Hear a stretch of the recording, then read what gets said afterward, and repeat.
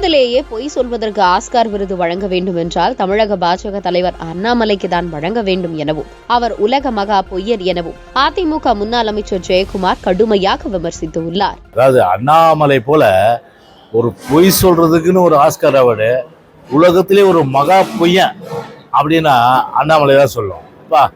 கொஞ்சம் கூட கூச்ச நாச்சம் இல்லாத பொய் சொல்லுது. தெரியும் அவருக்கு வந்து கண்டிப்பாக வந்து பார்த்தீங்கன்னா வந்து தேர்தலில் வந்து படுதோல்வி வந்து அவருடைய தொகுதியில் கோயம்புத்தூர் நின்னார். அந்த கோவை தொகுதியில் கண்டிப்பாக அவர் தோக்க போகிறது தெரியும். தெரிஞ்சுட்டு என்ன யோசனை, 1,00,000 ஓட்டும் காணான்னு.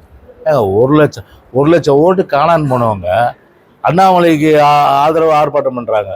ஆர்ப்பாட்டம் பண்ணுறவங்க எல்லா பேர்லையும் ஓட்டு போட்டு வரல இருக்குது. எப்படி இருக்கு பாருங்க.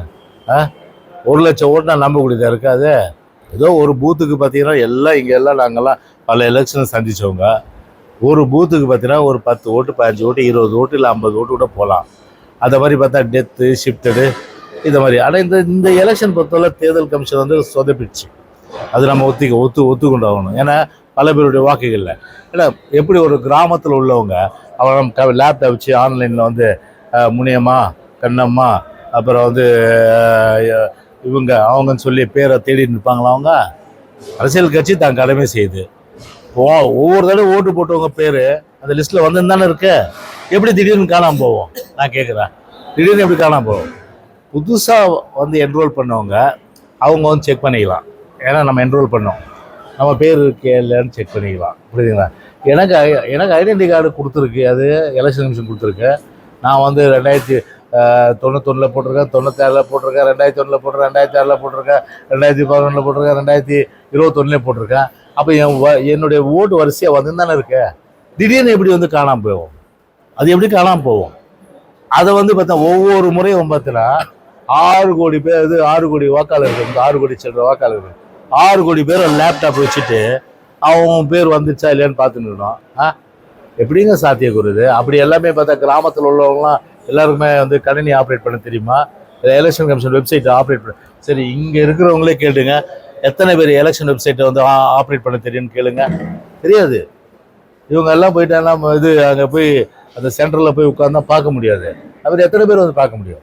அப்போ யாருடைய பொறுப்பு? அப்போ ஒரு கிராமத்தில் இருக்கிறவங்களோ ஒரு நகரத்தில் ஒரு வார்டில் இருக்கிற ஒரு குப்பனோ சுப்பனோ முன்சாமியோ கந்தனோ யாரோ அவங்களுடைய வாக்கு இல்லைன்னா யார் பொறுப்பாப்பா? Election commission பொறுப்பாப்பா?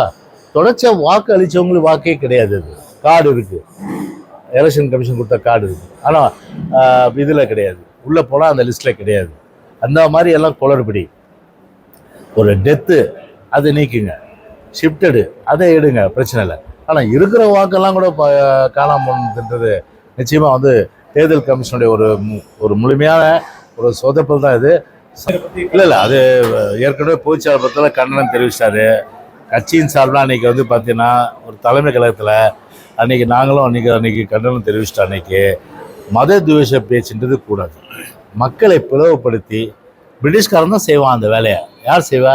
Divide and rule அப்படின்னு யார் சொல்லுவா?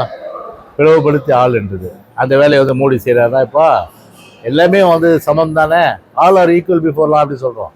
நமக்கு இந்திய அரசியலமைப்பு சட்டத்திலே வந்து எல்லாமே வந்து ரைட் எல்லாருக்கும் தானே கொடுத்துருக்கு. எண்ணுவதற்கும் எழுதுவதற்கும் சுதந்திரமாக நடமாடுவதற்கும் எல்லா விதமான ரைட்டு எல்லாருக்கும் தான் கொடுத்துருக்குறோம். அதை எல்லாருமே தான் டேக்ஸ் பண்ணுறாங்க. இன்னும் டேக்ஸ் பே பண்ணுறாங்க, கிறிஸ்டினும் டேக்ஸ் பே பண்ணுறாங்க, முஸ்லீமும் டேக்ஸ் பே பண்ணுறாங்க, ஜெயினும் டேக்ஸ் பே பண்ணுறாங்க.